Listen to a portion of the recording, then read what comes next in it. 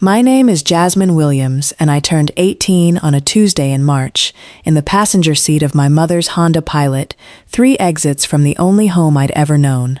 I remember the exact mile marker because I stared at it while she talked, the way you stare at something ordinary so the ground under you doesn't feel like it's disappearing. "We think it's time you figured things out on your own," Denise Williams said, both hands on the wheel, eyes on the road, not on me.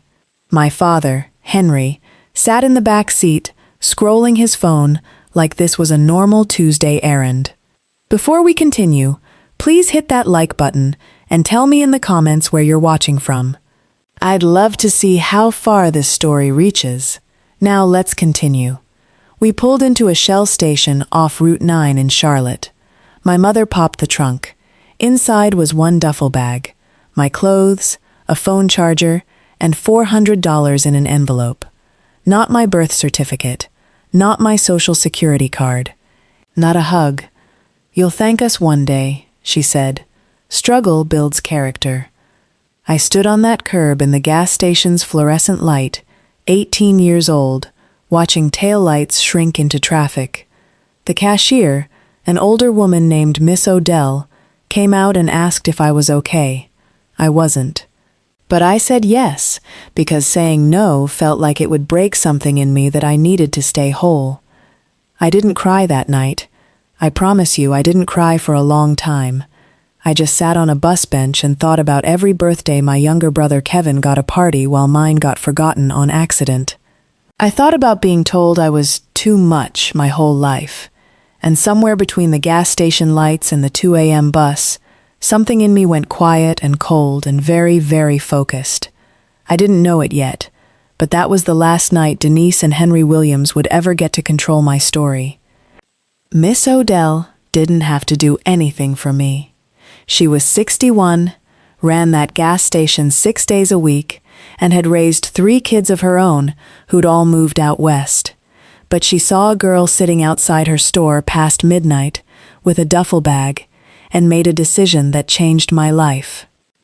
"You got somewhere to go, baby?" she asked me, arms crossed over her uniform vest. I told her the truth.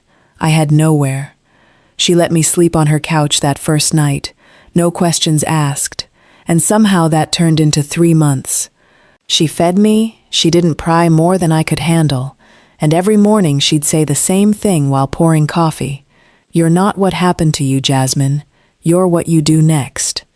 I got a job at a diner 2 blocks away, 60 hours a week for the first year, cash tips stacked in a coffee can. Miss Odell kept on top of her fridge. I enrolled in community college part-time, business administration, because I'd decided, somewhere on that bus bench, that I was never again going to be a person other people got to discard. Here's what nobody tells you about surviving something like this. It doesn't feel dramatic while it's happening. It feels like waking up at 5 a.m. with sore feet, counting quarters for laundry, crying quietly in a gas station bathroom because you saw a girl your age get picked up by her mom from work. It's small, grinding, and it teaches you things school never could. I found out later my parents told everyone in our old church that I ran off with a boy. Denise Williams rewrote history so fast it made my head spin when a cousin told me. But I wasn't fighting for the truth yet. I was just trying to survive Tuesday. What I didn't know then was that survival was about to collide with something none of us saw coming. 8 months after the gas station, a letter arrived at Miss Odell's address. It had taken 3 forwards to find me. My old high school counselor had somehow tracked me down through a mutual friend. Inside was a name I hadn't heard since I was 6 years old. Peter Williams. My father's father. My grandfather. I barely remembered him. Henry had cut him off when I was young. Some old argument about money I never understood. The letter was from a lawyer named Priscilla Hodge, out of Birmingham, and it said Peter had passed away and that I was named in his estate. I called the number with shaking hands. Miss Odell sat beside me at her kitchen table, gripping my other hand like she already knew. This was the moment everything shifted. "Your grandfather set up a trust for you when you were a baby, Miss Williams," Priscilla told me. He kept paying into it every year. He never let it go, even after the falling out with your father. He left explicit instructions that it not be touched by anyone but you, and only after you turned 18. I nearly dropped the phone. Not because of the number, though the number mattered. It was $214,000, tied up in a small commercial property he'd owned outright in Charlotte. I nearly dropped the phone because of what she said next. He also left a letter for you. He wanted you to know he tried to reach out over the years. Your parents returned every letter unopened. Every letter for 12 years. I sat with that for a long time. My parents hadn't just abandoned me at a gas station. They'd been hiding a man who loved me enough to keep showing up, year after year, even when I didn't know he existed. Denise and Henry had made a choice, over and over, to keep me poor and alone when they didn't have to. That was the moment my quiet coldness turned into something sharper, something with a plan. I hadn't spoken to my younger brother Kevin in almost a year. He was 20, still living at home, the golden child who got the car for his 16th birthday while I got a bus pass. I called him anyway because I needed to understand what I was walking back into before I did anything else. We met at a Waffle House off I-77. He looked older, tired in a way 20-year-olds shouldn't look. They tell people you ran off, he said, stirring his coffee. Mama says you got involved with some man and disappeared. I was 18, Kevin. They drove me to a gas station and left. He didn't argue with me. That told me everything. It's not good over there, he admitted, voice low. Dad lost his job at the plant in the fall. They're behind on the house. Mama's been saying things like she wishes she could start over with how she raised us. I think she means it as a compliment to herself, not an apology. I asked him the question that had been sitting in my chest since Priscilla Hodges' phone call. Did you know about Grandpa Peter? Did you know he wrote to me? Kevin went quiet, and that quiet was an answer. I saw a return to sender pile in the hall closet once. I didn't think about it. I didn't blame Kevin. He was 14 when I left, a kid who benefited from a system he didn't build. But sitting in that booth, I understood something clearly. My parents weren't just cruel to me once. They'd been quietly, deliberately cruel for over a decade, and now the walls they'd built on that cruelty were falling in on them. I thanked Kevin, paid for his breakfast, and told him I'd be in touch. I didn't tell him what I was planning. I wasn't sure yet myself. But I knew this. I was done being the only one who paid a price in that family. I want to be clear about something, because this part of the story matters. I didn't inherit $214,000 and disappear to a beach somewhere. I was angry, but I wasn't reckless. Miss Odell taught me that revenge without a plan is just self-destruction wearing a costume. I used part of the trust to finish my business degree full-time.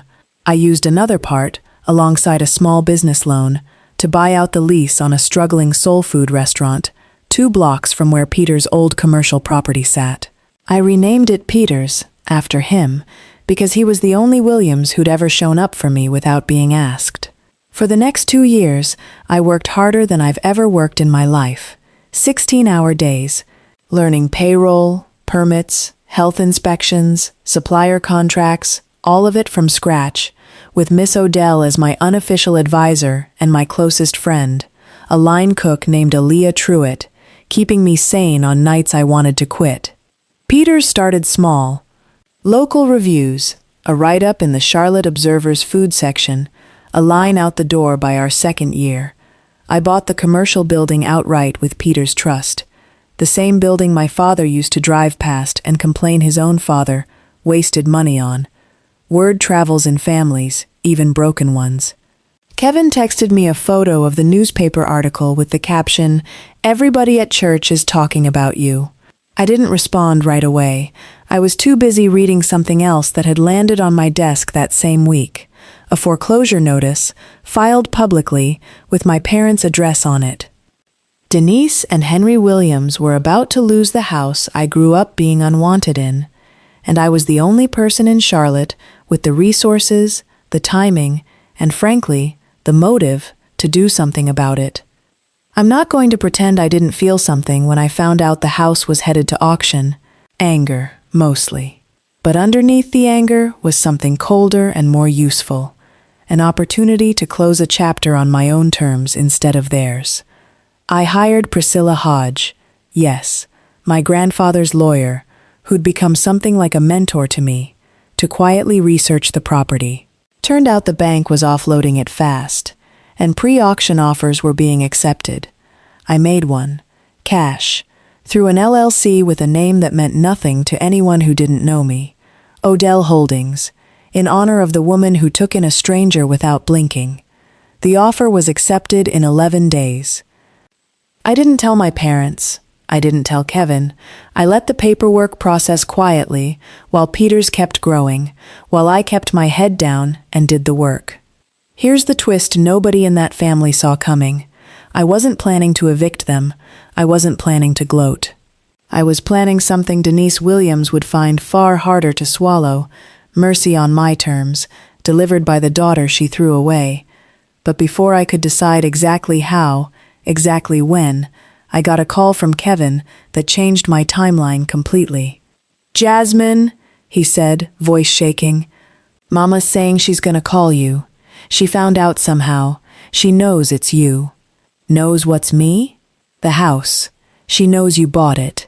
I sat in my restaurant's back office, closed my eyes, and felt 3 years of careful, controlled patience narrow down into a single decision. "Let her call," I said. She called that same night. I let it ring twice before I answered, not for drama, but because I needed one more breath to steady myself. "Jasmine." Her voice hadn't changed, still sharp, still certain she was owed something. "So it's true. You bought our house out from under us." "I bought a foreclosed property that was headed to auction," I said. "Same thing you did to me at 18, with nothing but a bag, except I'm not leaving you on a curb." Silence. "Then, you don't understand what we were going through back then. Your father and I were struggling. We thought tough love would—" "You had my grandfather's letters in a closet, Mama. 12 years of them. Return to sender. That's not struggle. That's a choice." I heard her breath catch. She hadn't expected me to know that. "We were protecting this family," she tried. "You were protecting yourselves," I said. And for the first time in 3 years, my voice didn't shake when I said it. There's a difference, and I learned it the hard way, on a gas station curb, at 18, with $400 and no ID. She started crying then, the kind of crying that sounds more like panic than remorse. "So what? You're gonna throw us out? Make us homeless like you were?" I let that sit for a moment, because the audacity of it, comparing her choice to my consequence, nearly took my breath away. "No," I finally said, "I'm not you, but you're going to hear exactly what I decided, and you're not going to like every part of it." I met my parents in person for the first time in 3 years, in the front room of the house I now legally owned, with Priscilla Hodge beside me holding a folder of paperwork. Kevin sat on the stairs, watching, silent. Henry looked older, smaller than I remembered. Denise looked at me like she was trying to find the 18-year-old girl she'd left behind, and couldn't. "Here are the terms," I said, sliding the folder across the coffee table. "You can stay in this house for 18 months, rent-free, while you get back on your feet. In exchange, you're going to write and sign a formal, notarized apology, not to me, to Kevin, so he has something real instead of the version of events you fed him for years. You're going to attend family counseling if you want any relationship with me going forward, and you're never again going to tell anyone I ran off. You're going to tell the truth about that night." Henry opened his mouth to protest. I kept going before he could. "This isn't a negotiation. I own this house. I don't owe you softness. You never gave me any. But I'm choosing to give you a chance you didn't give me. That's the difference between us." Denise's face went through something complicated. Shame, anger, and underneath it, for the first time, something that looked like genuine recognition of what she'd done. "Why?" she finally asked. "After everything, why help us at all?" I thought about Miss Odell's couch, about Peter's unopened letters, about every person who'd shown me kindness I didn't ask for and didn't earn, simply because they were capable of it. "Because somebody did it for me when they didn't have to," I said, "and I refuse to let you turn me into someone who forgot that." Kevin found me in the driveway afterward, sitting on the tailgate of my truck, staring at the house I'd just handed my parents a lifeline in. "You didn't have to do any of that," he said, sitting beside me. "I know. They didn't deserve it. I know that too." He was quiet for a while, and then he said something I'll never forget. "You know what the craziest part is? Watching you in there, calm, in control, holding paperwork instead of a grudge. That's the first time I've ever seen anybody in this family actually win an argument with Mama. Not by yelling, just by being right and prepared." I laughed, the real kind, for the first time in what felt like years. I learned that from a diner and a gas station and a woman named Miss Odell, who didn't even know my last name the first night she let me sleep on her couch, I told him. Kevin looked at the house, then at me. "Can I come work at Peter's? I don't want to end up like them. Comfortable and cruel, because nobody ever made them answer for it." "You can," I said, "but you start in the kitchen like everybody else. No shortcuts because you're my brother." He smiled, really smiled, and for the first time since that gas station curb, I felt something settle in my chest that wasn't anger and wasn't grief. It was something closer to peace.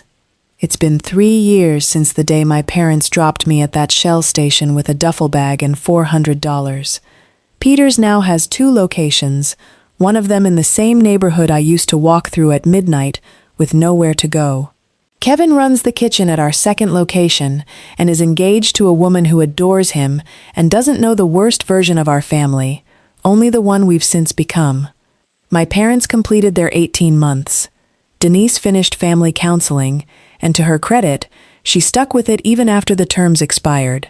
It's not a perfect relationship. I don't know if it ever will be. But she calls now, and she listens now. And last month she showed up to Peter's on a random Tuesday, sat in a booth by herself, and left a 5-star review under her real name that said, "My daughter built something out of nothing. I'm learning to be someone who deserves to watch her do it." Miss Odell still runs her gas station.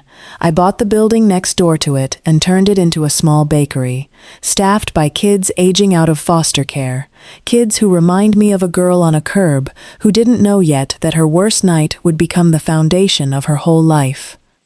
I think about Peter sometimes, the grandfather I barely knew, who kept writing letters nobody let me read, who believed in a granddaughter he wasn't allowed to know. I think he'd be proud that his name is on a building full of people eating good food and feeling, for 1 hour, completely taken care of.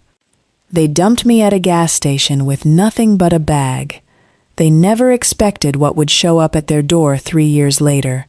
Not money, not revenge, but a woman who learned exactly how to build something they couldn't take away, and exactly how to hold a boundary with grace instead of bitterness. That's the part nobody saw coming, including me. If this story made you smile, think, or kept you hooked until the end, don't forget to like, subscribe, and leave a comment telling me your favorite moment. Thanks for watching, and see you in the next adventure.